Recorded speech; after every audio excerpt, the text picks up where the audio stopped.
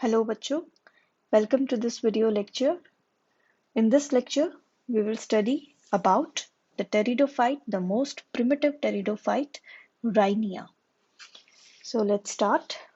Rhynia की अगर classification देखें तो टेरिडोफाइट ग्रुप में इसको डिवीजन सीलोफाइटा में रखा गया है।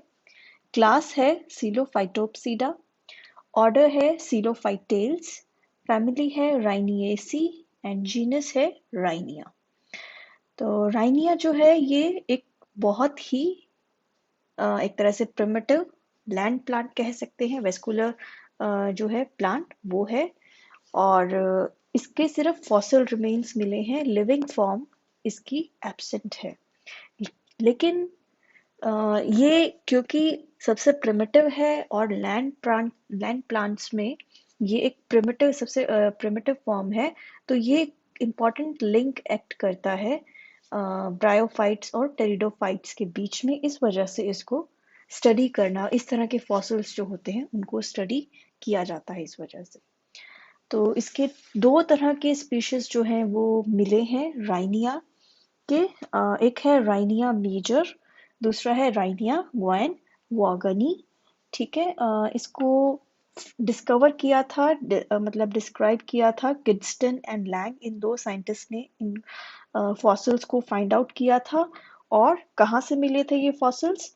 ओल्ड रेड स्टोन बेड्स जो होते हैं, डेवोनियन पीरियड के टाइम के ओल्ड रेड स्टोन बेड्स जो थे, वहां पर ये उन स्टोन्स के अंदर, उन रॉक्स के अंदर ये एम्बेडेड मिले।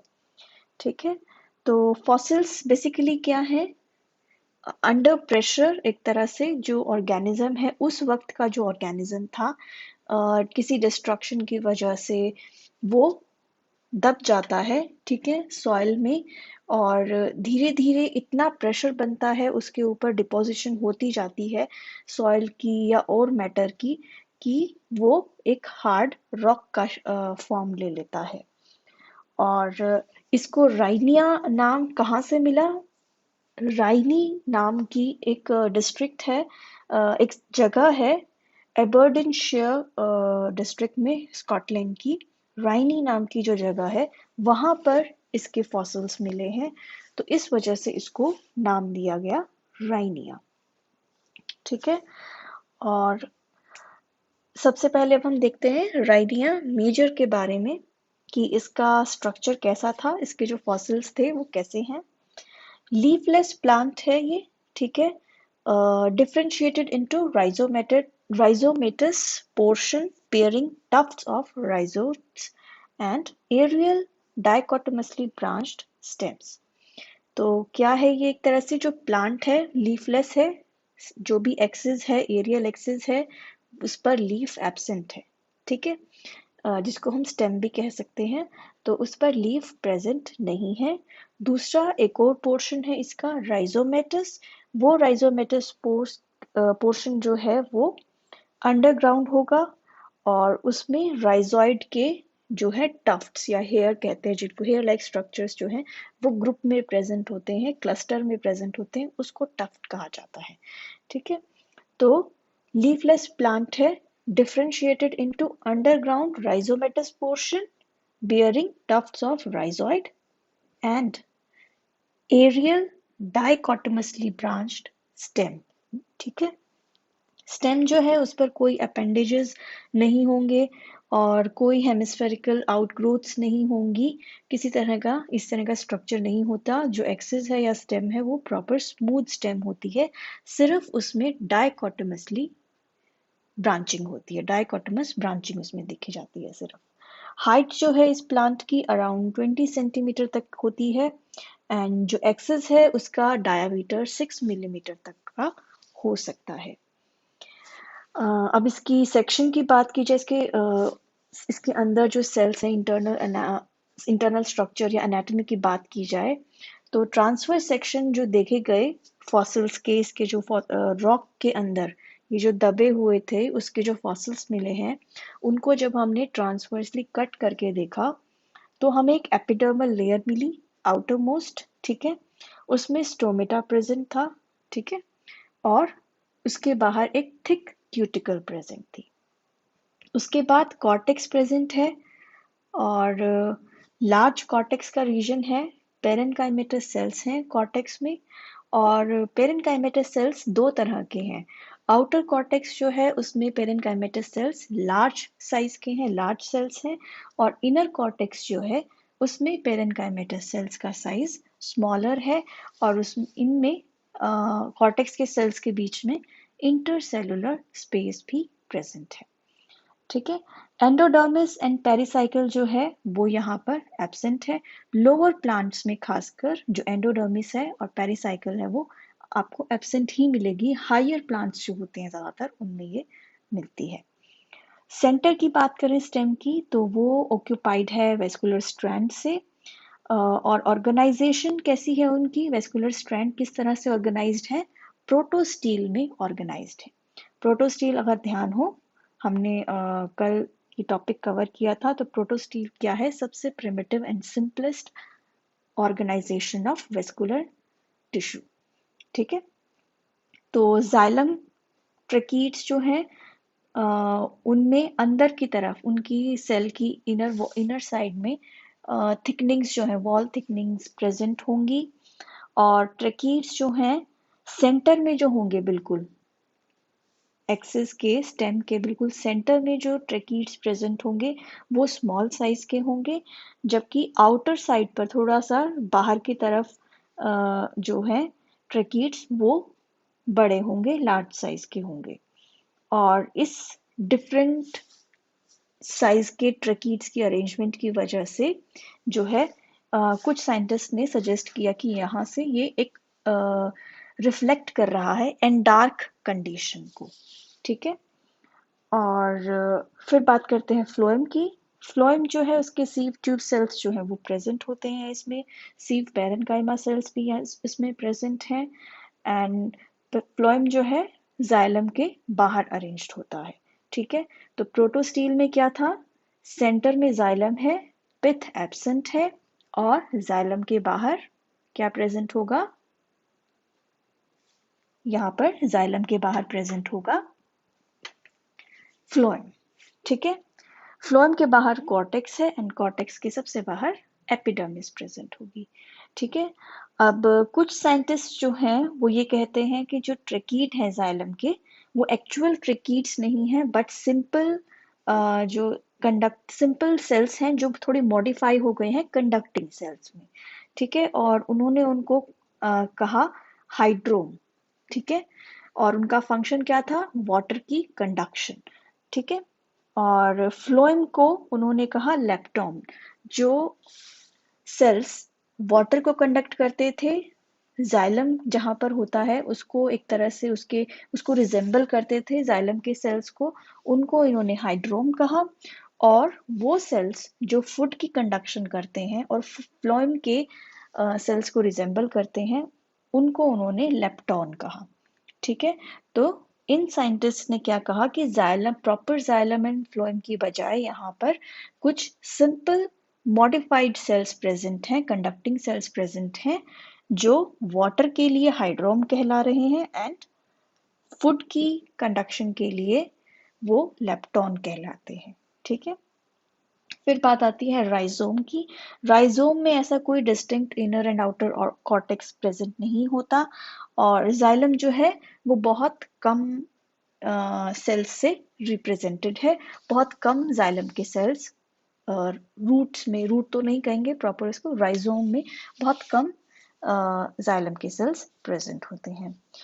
और ग्रोइंग पॉइंट जो है इसका, जो ब्रांच का एपिकल रीजन है, वहां पर बहुत सारे मल्टीपल डिवाइडिंग सेल्स प्रेजेंट होते हैं। कोई एक एपिकल सेल, मेरिस्टेमेटिक सेल नहीं होता, एक ग्रुप ऑफ सेल्स प्रेजेंट होता है टर्मिनल पोजीशन पे या एपिक्स पे।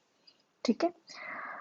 ये तो था वेजिटेटिव स्ट्रक्चर या स्पोरोफाइट का स्ट्रक्चर, और अब उसके ऊपर स्पोरेंजिया जो है वो डेवलप होते हैं। ये जो स्पोरोफाइट था इसके ऊपर स्पोरेंजिया डेवलप होते हैं। स्पोरेंजिया क्या है, स्पेशल स्ट्रक्चर जिसके अंदर स्पोर्स बनते हैं। ठीक है। स्पेशल स्ट्रक्चर born on या developed on sporophyte in which spores are produced. ठीक है, तो टर्मिनल पोजीशन होगी स्पोरेंजिया की, डाइकोटोमस जो ब्रांचेस हैं, जैसे ब्रांचिंग हो रही है और जो लास्ट में, ऑलमोस्ट लास्ट में जो कुछ छोटी छोटी ब्रांचेस बच जाती हैं डाइकोटोमस, उनके एंड्स पर ये स्पोरेंजिया जो है बनता है। स्पोरेंजिया की वॉल जो है बहुत थिक होती है। आउटर वॉल जो है वो एपिडर्मिस की होगी और हाईली क्यूटिनाइज्ड होगी। मिडल वॉल है वो कुछ 3 लेयर्ड होगी, सिंपल सेल्स की बनी होगी। और जो सबसे इनर वॉल है वो टेप्टम की होगी, उसके सेल्स राउंड होंगे। और सेंटर में जो कैविटी होगी वो टेट्राड होमोस्पोर से फिल्ड होगी।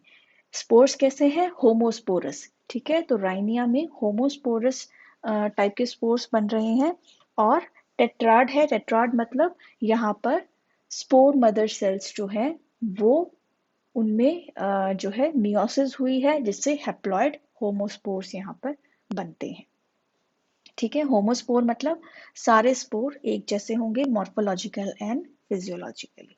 ठीक है, तो यहाँ पर आप डायग्राम देख सकते हो राइनिया मेजर का। सबसे नीचे अंडरग्राउंड स्टेम है, या उसको हम एक्सिस कह सकते हैं या राइजोम कह सकते हैं, अंडरग्राउंड। और उसके ऊपर अंडरग्राउंड जो राइजोम है उस पे राइजोइड्स जो है क्लस्टर में प्रेजेंट हैं, हेयर लाइक स्ट्रक्चर्स। ठीक है, और इस अंडरग्राउंड स्टेम से जो है ऊपर की तरफ एरियल स्टेम निकलती है और वो डाइकोटोमसली ब्रांच्ड होती है। और ब्रांच की एंडिंग्स पर स्पोरेंजिया जो है वो बनता है। स्पोरेंजिया का सेक्शन देख सकते हो, बी जो डायग्राम है उसमें स्पोरेंजिया का सेक्शन दिखाया गया है। जो वॉल है स्पोरेंजिया की वो बहुत ही थिक है, और इनर वॉल जो है वो टिप्टम कहलाती है। और सेंटर में जो ऑरेंज कलर की कैविटी दिख रही है उसमें स्पोर्स प्रेजेंट होते हैं। ठीक है, ये है स्ट्रक्चर स्टेम के एक्सिस का, सॉरी स्टेम के ट्रांसवर्स सेक्शन का। ठीक है, तो इसमें अरेंजमेंट दिखाया है कि सेल्स किस तरह से अरेंज होते हैं। आउटर मोस्ट क्यूटिकल होती है, थिक होती है, उसके अंदर उसके नेक्स्ट इनर एपिडर्मिस प्रेजेंट है। क्यूटिकल डिपोजिशन होती है, क्यूटिकल कोई सेल नहीं होते, क्यूटिकल डिपोजिशन होती है। ठीक है, तो वो क्यूटिकल डिपोजिशन जो है एपिडर्मिस पर प्रेजेंट है। एपिडर्मिस से नेक्स्ट आउटर कॉर्टेक्स सेल्स होंगे, उसके इनर इनर कॉर्टेक्स सेल्स होंगे, उसके बाद फ्लोएम का जो टिश्यू है वो प्रेजेंट होगा। और उसके बाद मेटाजाइलम प्रेजेंट होगा, जो बताया था ना, बाहर वाले जाइलम लार्ज साइज के होते हैं, अंदर वाले जाइलम स्मॉल साइज के होते हैं। तो जो जाइलम लार्ज साइज के होते हैं उनको मेटाजाइलम कहा है, और जो स्मॉलर साइज के जाइलम होते हैं उनको प्रोटोजाइलम कहा है। इस कंडीशन को जब मेटाजाइलम बाहर हो, प्रोटोजाइलम अंदर हो, ये एंडार्क कंडीशन कहलाती है। ठीक है, प्रोटो मतलब सबसे पहले बनने वाला जाइलम, तो वो अगर अंदर की तरफ होगा तो वो एंडार्क कहलाता है। ठीक है, और ओल्डर जाइलम कौन सा होगा? मेटाजाइलम। ठीक है, तो ये है सेक्शन स्टेम का राइनिया का। ठीक है, जिसमें प्रोटोस्टील जो है आपको इजीली दिख रही है, पिथ यहाँ पर एब्सेंट है, प्रोटोस्टील में पिथ नहीं होती।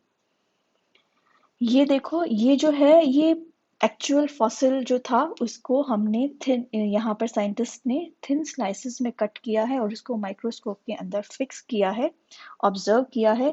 तो यहाँ सबसे आउटर मोस्ट देख सकते हो एपिडर्मिस है, थिक क्यूटिकल से डिपॉजिटेड है। ठीक है, और उसके बाद आउटर कॉर्टेक्स के सेल हैं, लार्ज ट्रांसपेरेंट सेल दिख रहे हैं और इरेगुलर से अरेंज्ड हैं। और इनर कॉर्टेक्स के सेल हैं जो थोड़ा छोटे हैं और उनमें इंटरसेलुलर स्पेस भी बहुत ज़्यादा है। आउटर कॉर्टेक्स में इंटरसेलुलर स्पेस कम है, जबकि इनर कॉर्टेक्स के सेल्स में जो है इंटरसेलुलर स्पेस ज़्यादा है। अब देखते हैं स्टील का स्ट्रक्चर। स्टील किससे बनी होगी? जाइलम एंड फ्लोएम से बनी होगी। यहाँ पर एंडोडर्मिस एब्सेंट होती है, पेरिसाइकल भी यहाँ पर एब्सेंट होती है। ठीक है, तो फ्लोएम है कॉर्टेक्स के बाद। ठीक है, और फ्लोएम के बाद जाइलम 2 लेयर्स में अरेंज्ड होगा। इतनी ज़्यादा अच्छे से डिस्टिंक्टली हम ये विजिबल नहीं होता, लेकिन थोड़ा सा ध्यान देना पड़ेगा। सेंटर में जो छोटे छोटे सेल्स हैं डार्क कलर के, वो थिक सेल्स हैं, वो इनर जाइलम के सेल हैं जिनको प्रोटोजाइलम कहते हैं। और उसके बाहर जो जाइलम के सेल्स हैं वो आउटर जाइलम है, जो कि मेटाजाइलम कहलाएंगे। ठीक है, सेंटर में प्रोटोजाइलम, उसके बाहर मेटाजाइलम, और फिर सर्कुलर सेल्स हैं। आप देख सकते हो जाइलम वाले सेल्स जो हैं वो मेनली एंगुलर होते हैं, और जो फ्लोएम के सेल्स हैं वो ऑलमोस्ट राउंड हैं। ठीक है, वो फ्लोएम के सेल्स हैं। तो ये है एक फॉसिल का हमने सेक्शन कट किया, तो वो इस तरह से दिखता है राइनिया की स्टेम का। ठीक है, अब बात आती है दूसरा टाइप जो जिसका फॉसिल हमको मिला, वो था राइनिया ग्वेन वॉगिनी। ठीक है, ये प्लांट थोड़ा स्मॉल था, ठीक है, कंपेयर टू राइनिया मेजर, और ऑलमोस्ट 16 सेंटीमीटर टॉल है ये, और it is mostly similar to its structure.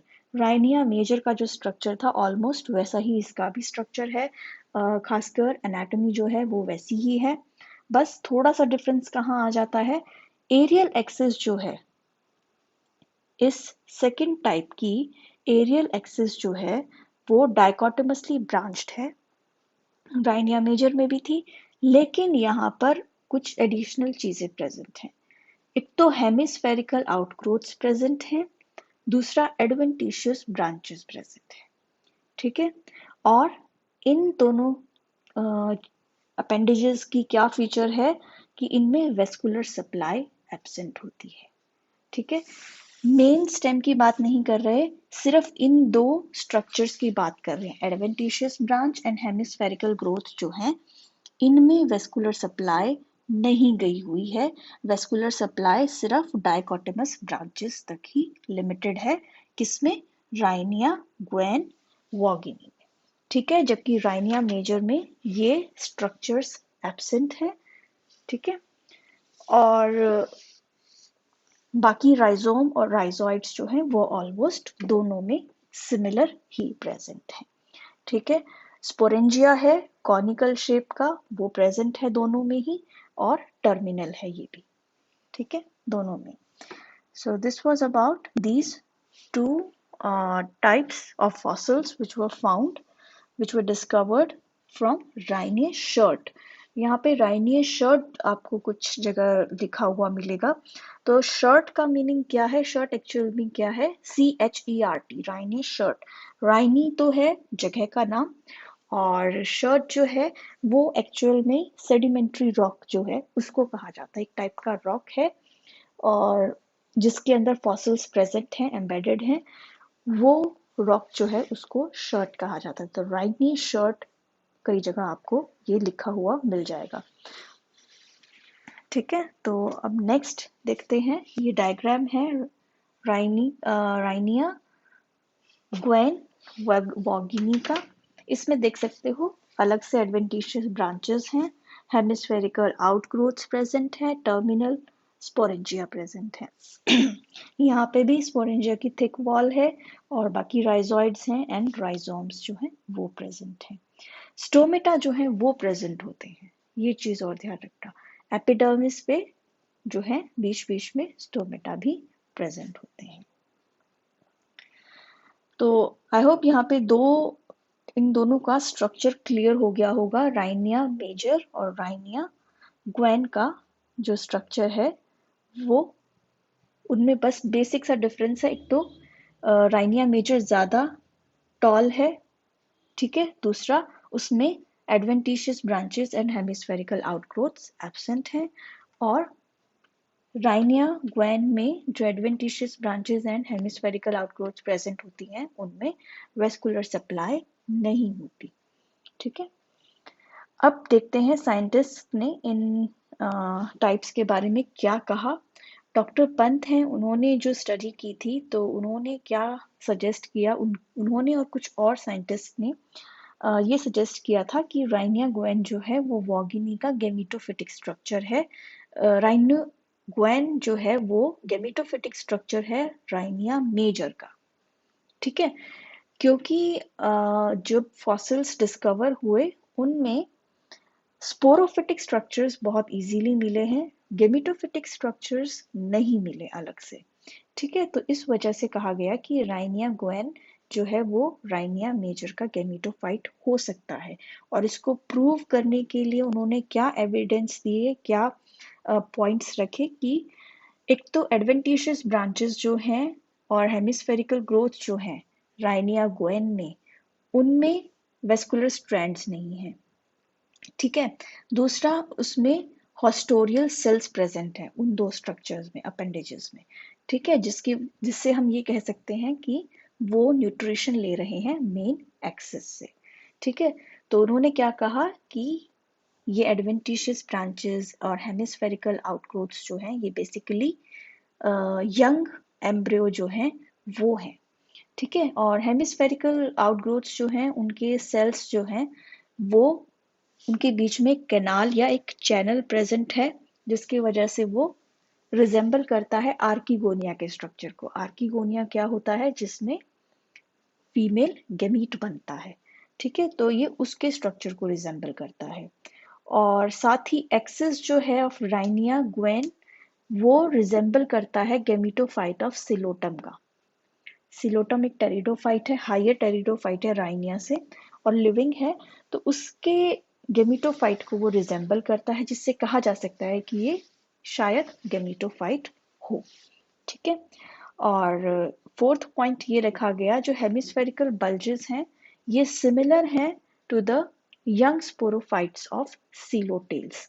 Young sporophytes कब कहेंगे, मतलब यहाँ पर एक तरह से डेवलपिंग कंडीशन है, स्टार्टिंग कंडीशन है, इनिशियल स्टेज है, मतलब ये एम्ब्रियोटिक फेज कहा जा सकता है। तो उसको रिजेंबल करते हैं सीलोटेल्स के जो यंग एम्ब्रियो हैं या यंग स्पोरोफाइट हैं, जो प्रॉपरली अभी डेवलप नहीं हुए हैं, उनको ये जो है रिजेंबल करते हैं। तो इस वजह से कुछ साइंटिस्ट ने ये भी कहा कि एडवेंटिशियस ब्रांचेस जो हैं वो यंग एम्ब्रियो की स्टेज है, which later gets detached from the main axis। ठीक है, मेन एक्सिस से डेवलपमेंट होने के बाद वो डिटैच हो जाती हैं, एक स्कार पीछे रह जाता है, जहाँ पर at the point of attachment जहाँ या डिटैचमेंट, एंड डिटैच होने के बाद वो प्रॉपर न्यू स्पोरोफाइट में डेवलप हो जाते हैं। ठीक है, तो उन्होंने बेसिकली क्या कहा, जो राइनिया मेजर है वो स्पोरोफिटिक स्ट्रक्चर है, और राइनिया ग्वेन जो है वो गेमिटोफिटिक फेज है। ठीक है, और साथ ही ये कहा कि राइनिया के स्पोरोफाइट और गेमिटोफाइट जो हैं वो आइसोमॉर्फिक स्ट्रक्चर है। आइसोमॉर्फिक मतलब सिमिलर स्ट्रक्चर्स हैं, मॉर्फोलॉजिकली एंड एनाटॉमिकली वो डिफरेंट नहीं है। ठीक है, फिर लेकिन कुछ जो है फॉसिल्स राइनिया ग्वेन के ऐसे मिले हैं in Rhynia chert in Scotland which possess sporangia, जिससे कि ये कहा जा सकता है कि वो गेमिटोफिटिक स्ट्रक्चर नहीं है। अगर उसमें स्पोरेंजिया बन रहा है तो वो गेमिटोफिटिक स्ट्रक्चर नहीं हो सकता, वो स्पोरोफाइट ही है, वो कोई दूसरा टाइप ही है राइनिया का। ठीक है, so this was about Rhynia Gwynne and Rhynia major, इन दोनों के बीच में कंपैरिजन, और किस तरह से ये देखा गया कि राइनिया ग्वेन जो है वो गेमिटोफिटिक स्ट्रक्चर हो सकता है, और Rhynia major and Rhynia gwynne जो गेमिटोफाइट एंड स्पोरोफाइट हैं वो दोनों आइसोमॉर्फिक फॉर्म हो सकती हैं, लेकिन कुछ जगह पर इनके फॉसिल्स के साथ स्पोरेंजिया अटैच्ड मिले हैं, जिसकी वजह से इस एक तरह से थ्योरी को डिस्कार्ड किया जा सकता है। ठीक है, अब हम देखते हैं कुछ कैरेक्टर्स, लैंड कैरेक्टर्स राइनिया के। एक तो वेल ऑर्गेनाइज्ड स्ट्रक्चर है, ठीक है, जिसमें क्यूटिकुलराइज्ड एपिडर्मिस प्रेजेंट है, कॉर्टेक्स है, स्टील है, एपिडर्मिस में स्टोमेटा प्रेजेंट है, जिसकी वजह से एक्सपोज्ड एरिया जो है वो कम हो जाता है टू द डेसिकेटिंग हैबिटेट। मतलब फॉर एग्जांपल एक हैबिटेट है, लैंड है, वहां पर ग्रो कर रहा है, तो वो हार्मफुल हो सकता है, उसके लिए डेडली हो सकता है। ठीक है, उसको खराब कर सकता है, प्लांट को डिस्ट्रॉय कर सकता है। तो उसको एक्सपोज्ड जो रीजन है प्लांट का वो रिड्यूस हो गया एक वेल ऑर्गेनाइज्ड स्ट्रक्चर की वजह से, ठीक है। और थिक क्यूटिकल की वजह से वाटर लॉस जो है एरियल पार्ट से वो चेक होता है, रेगुलेट होता है, इजीली वाटर लॉस नहीं हो पाता। लैंड प्लांट्स का मेन एक बहुत इंपॉर्टेंट पॉइंट ये होता है कि उनको वाटर कंजर्व करके रखना होता है, प्रिजर्व करके रखना होता है। तो क्यूटिकल उसमें बहुत हेल्प करता है। क्यूटिकल एक बैरियर बनाता है जिससे वाटर जो है एटमॉस्फेयर में सरफेस से लॉस नहीं होता। गार्ड सेल्स जो है स्टोमेटा के, वो भी वाटर वेपर्स के लॉस को चेक करके रखते हैं, रेगुलेट करके रखते हैं ड्यूरिंग गैसियस एक्सचेंज। और थिक वॉल्ड जाइलम ट्रेकीड्स जो हैं वो मैकेनिकल सपोर्ट प्रोवाइड करती हैं। अब वो लैंड पर ग्रो कर रहे हैं, उनके पास अलग से कोई सपोर्ट नहीं है, एरियल सपोर्ट नहीं है, तो ट्रेकीड्स जो थिक वॉल्ड सेल्स हैं वो उनको एक मैकेनिकल, क्योंकि थिक वॉल्स जो होती हैं वो इजीली बेंड नहीं होने देती प्लांट को, तो वो एक मैकेनिकल सपोर्ट प्रोवाइड करते हैं। दूसरा, rhizomes and Tufts of rhizoids जो हैं वो एक तो एंकरेज प्रोवाइड करते हैं लैंड के अंदर, सॉइल के अंदर उसको एंकर करते हैं, ठीक है। दूसरा, वाटर के एब्जॉर्प्शन में जो है जाइलम उनके अंदर जो प्रेजेंट है वो वाटर एब्जॉर्प्शन एंड ट्रांसपोर्ट में हेल्प करता है। स्पोरेंजिया की टर्मिनल पोजीशन जो है वो इंश्योर करती है कि लॉन्ग डिस्टेंस डिस्पर्सल हो सके स्पोर्स का थ्रू एयर, ठीक है, विंड या एयर की थ्रू लॉन्ग डिस्टेंस डिस्पर्सल हो सके स्पोर्स का इजीली, ठीक है। और स्पोरेंजियल वॉल्स जो हैं वो काफ़ी थिक होती हैं जो कि डेसिकेशन से प्रिवेंट करती हैं, प्रोटेक्ट करती हैं। और ऐसे ही और स्पोर्स की वॉल जो है वो भी बहुत थिक होती है जिससे कि वो हार्श कंडीशंस और इंजरी को सर्वाइव कर सके। So these were the characters adopted by Rhynia plant which helped them to survive and sustain their life on land. ठीक है, अब यहाँ पर देख सकते हो ये शर्ट है, ये वो रॉक है जिसमें ये जो सर्कुलर स्ट्रक्चर्स दिख रहे हैं इनको थोड़ा सा ध्यान से देखो, इसमें रिंग लाइक स्ट्रक्चर्स दिख रहे हैं, खासकर ये नीचे की तरफ काफी क्लियर दिख रहा है। आउटर मोस्ट एपिडर्मिस है, फिर कॉर्टेक्स है, और फिर सेंटर में, बिल्कुल सेंटर में जो है यहाँ पर जाइलम प्रेजेंट है, प्रोटोजाइलम, उसके बाहर थोड़ा बड़ा लार्ज साइज का मेटाजाइलम है, और बीच में जो रीजन बच गया बड़ा सा रीजन वो कॉर्टेक्स है। तो ये क्या है, टीएस है एक्सिस का राइनिया के, ठीक है।